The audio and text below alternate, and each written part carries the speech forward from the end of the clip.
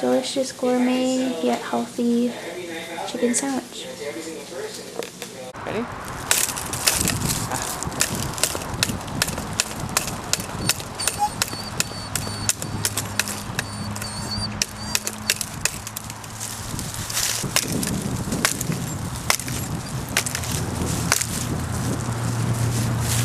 Getting all this? Yes.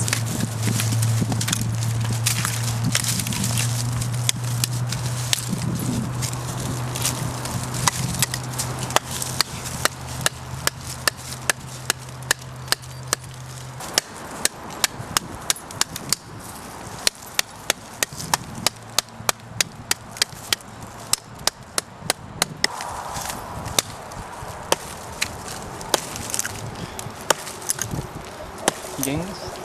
Yes.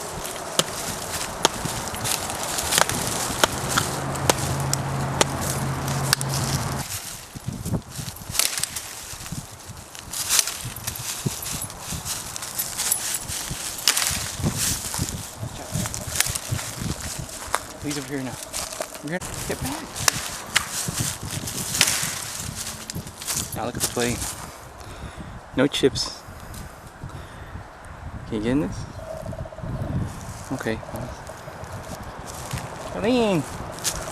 Hey! Recording. Sit! Good girl. Back! Back! Sit! Chase your tail!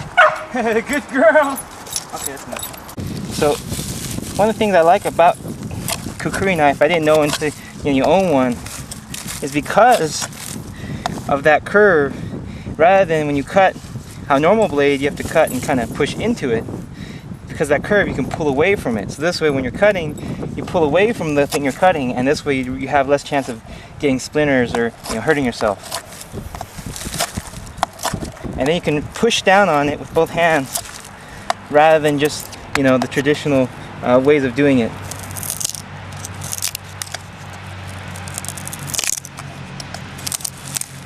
Look at that.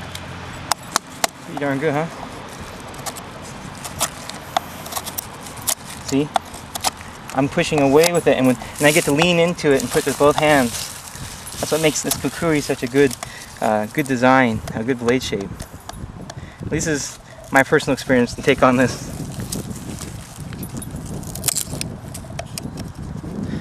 Note that cold steel video, that wasn't really prying, because in cold steel he would jam into it and then go like this, like kind of like twisting or something, kind of go that way. This is like full on actual sideways prying, like that. That's it. It still has the, since I fixed it, it's not like a rattling, it's more like just I said that lock bar, how it is now. But this whole time, still no problems. And there's no side to side. There's no, this stop pin is not, I guess you would say, slotted, and the pivot's not slotted, so you need Loctite on this, and it's a little hard to get this thing down, and so it always loosens. After that testing, wanted to take a look at this Fox Deimos. Let's see. There's a whole story to the name Deimos, so I'm not going to get into it. Main thing to know is this N690CO. They're saying that Boker's N690BO or just plain old N690 are all the same. But when I called Boker about my Boker Cox, they said that the BO after was because of Boker, and they had changed the steel somewhat for their purposes. And that Boker Cox steel was really soft. Those, to me, those Anzos, those Anzo collaborations, the steel's just soft. Now, I said earlier, this is kind of like VG10, and the forums do say that. But the exact composition of this, the main thing to note is got 1.07% carbon, 17% chromium. What that CO is for the cobalt, 1.5% cobalt. And then, let's see, you got 1.1% molybdenum, so you can't really dry lubricate. But it's got an extra, but it has a 0.10% of a vanadium. And but generally speaking, what happens is the cobalt is as an element. If you Google it, it's supposed to boost the toughness and some of the other attributes of the steel. And so this N690 steel here, you can see after all that chopping, this has never been like actually the knife has never chipped on me yet. I mean, the main thing is they're trying to say it's like I guess a sophisticated 440C, maybe comparable to 154 cm. The main thing is it takes a fine edge, like it's fine grained steel, so you can get, that's better for edge retention. So this steel is, if you actually Google on the forums, or even people are even saying that, man, if they could find more knives like this, this is just, it's an Austrian steel, and it's by Böhler in Germany, and it's not available in the U.S. market much. So when you find these kind of steel blades, it's an impressive steel. It also is one of my favorites because, I mean, after chopping and just rough use, I mean, you don't even need to do anything and the blade's still sharp. And that means a lot. Now, some issues about this knife, because it is not perfect, of course. First of all, I would say that this development of that, that's because I was whacking it with two hands against a tree in the back of the spine. You have to realize that its limits. That's the limits of this knife. It's can it be used heavily? Yes. Can it be used extreme? No. If you use extremely, will it work? Yes, it'll still work. But take that into account. It still worked. The second video here, I didn't. This is the same knife, and it was still working fine. Now, let's see. Like I said, you could try to bend that bar back out, and hopefully that would remedy that problem. Which is why those hinderer stabilizer discs are pretty impressive. That's why they're there, because it prevents that bar from going in. I mean, if a knife is built right, the bar won't go out and lock. It'll go in. And when it has hinderer stabilizer, it doesn't go anywhere. Now, a couple things to note. This knife is 3 screws, and they're the size of a Sage. If you have a Sage 2, then use that Torx screw. These aren't Torx right here, but the Torx work. Convenient. So basically, one tool to take it all apart. Now, the catch on this knife is this pivot is not, like I said, slotted. So meaning, when you tighten this side down, this side keeps rotating. It just kind of gets annoying because it's therefore, this is loosened as I've used it through hard testing. So there's a little side plate, but that's because this pivot has unscrewed a little bit. I put some Teflon tape, but you can't unless you make this thing stay still. So you'd have to come up with some way. I'm gonna notch it or something, or just to get that to not move. And then this, you can screw it down, and there's no problem on that. Some other unique, interesting things about the knife. We'll go for the inside now. Okay, so now on to the inside of the knife. You can see, here's the pivot screw. Decent size, decent strength. Definitely. Here's a little handle screws. Only 2 screws for the handle on each side. These I've never been nice to. I've been taking this knife apart, just kind of roughing it up, and it's good quality, just held up. Now let's see. Main thing. Now this is the most interesting thing. Here's everything's skeletonized, even the lock bar. Now let's see. First of all, we can talk about this little lock system. This is such an easy idea. Okay, basically, when this thing is not engaged, meaning it's in that position, okay, the lock bar can move. When it is engaged, there's a little piece of metal, can you see it? That prevents it. So that's pretty much it. It's just that little, this is just a little metal piece. It's got a little part sticking out. That does that.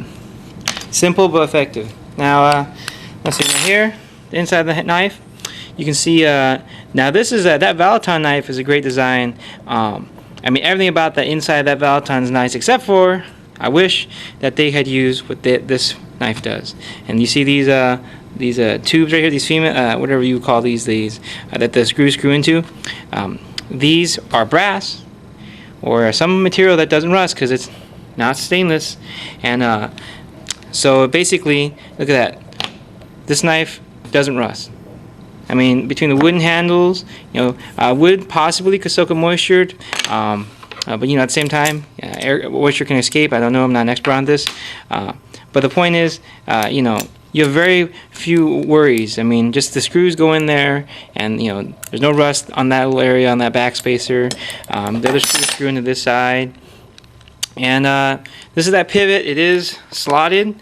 If someone can tell me why it's slotted, because it doesn't go into any little notch right there. There's no notch. It's still just a circle that you can spin around in. And the last thing, the pocket clip. You can see mine here. You have to screw it down. There is a little kind of like a cutout. There's a left or right pocket. You see? That screw, just like those, that other knife that I've talked about before, it's a small thin screw and it can bust. So that's what happened on mine. I was tightening it down and just it snapped. So main thing to know is on that one, I would leave that screw kind of light. My M4 military, the screws aren't even screwed on tight when I got it. There's no real need for it, and the same thing, there's no real need for that screw to be on too tight. This one, is the main screw you need to worry about. For what it is, I mean, I accept that it's, it's got its flaws, in terms of like its weaknesses. I mean, it doesn't have that sort of like, extremely robust, unbreakable, and sort of like titanium lock, But at the same time, this knife is real light, and it's like half the price, even more than half the price of an AR. So I mean, you would compare, the uses for it. They were saying this steel isn't meant for chopping, but you can, and it still will keep its edge. I mean, so whatever use you find for this knife, most likely I would say it's some kind of outdoor, even tactical, because it does have that flipper, and it does really lock into your hand and give you a good grip on it. I would say overall the knife though is definitely built to last. Under normal, just normal heavy use with positive force, only force going that way, the knife will hold up. Put the knife back together now. And I just want you to see, like, I know you're gonna cringe at how I'm doing this, and understand that this is me purposely not trying to do it carefully or take my time or any of that stuff. The whole point is I'm trying to show you that this knife is tough. I mean, it's a knife. You know what I mean? It's meant to last, meant to be used. So there we go. Pocket clip doesn't move. So if you don't have that last screw in there, well heck, go find a screw off a cheap Spyderco pocket clip and put it in there. But main thing is there. Now a couple of things about the design. See, no side. You can hear it. Oh, well, let me tighten it a little bit more. I mean, I can tighten it down enough to where this thing doesn't even, won't even close. So,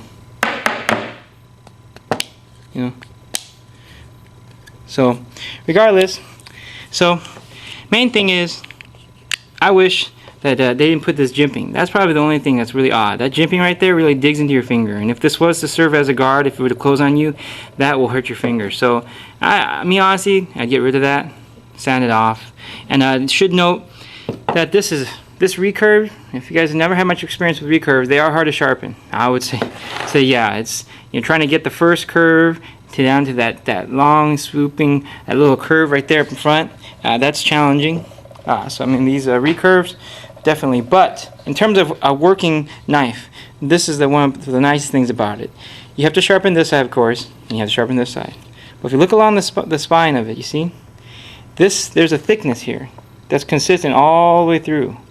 So all you got to do is worry about this edge and this edge, and no matter how many times that tip keeps moving back, it always will you'll always go to that point, and that makes it really a worker. Kind of like when you look at like a chisel grind. How many edges do you got to worry about? Well, you got to sharpen this edge.